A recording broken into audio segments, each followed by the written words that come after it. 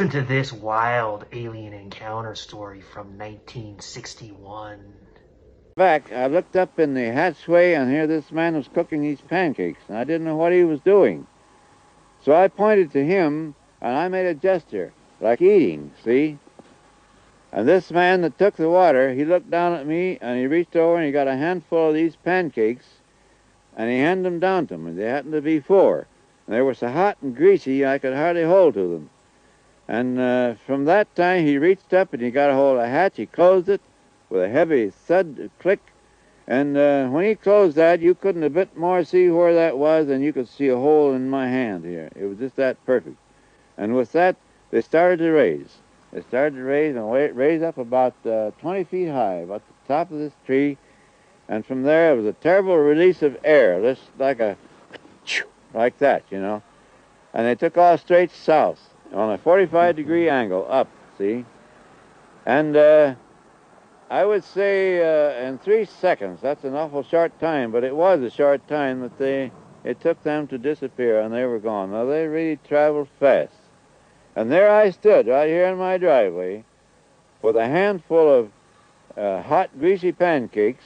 And that right there is old Joe Simonton, who back in 1961 was out in his front yard when an alien ship landed right in front of his house.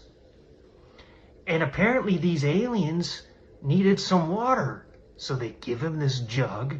He goes into his house, brings them some water, and when he comes back, they're cooking pancakes. And they give him some of these pancakes, and then he says goodbye to them and watches this alien ship fly away.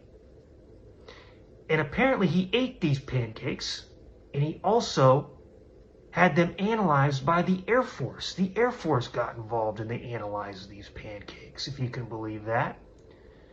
And apparently the Air Force found that they're just made up of basic earthly materials, just food. He said that they didn't taste very good. There was no salt, so it was pretty bland. But just a regular old dough, apparently. So that's a pretty crazy story. And who knows what happened to old Joe Simonton that day? What do you think happened? Do you think that he got some alien pancakes?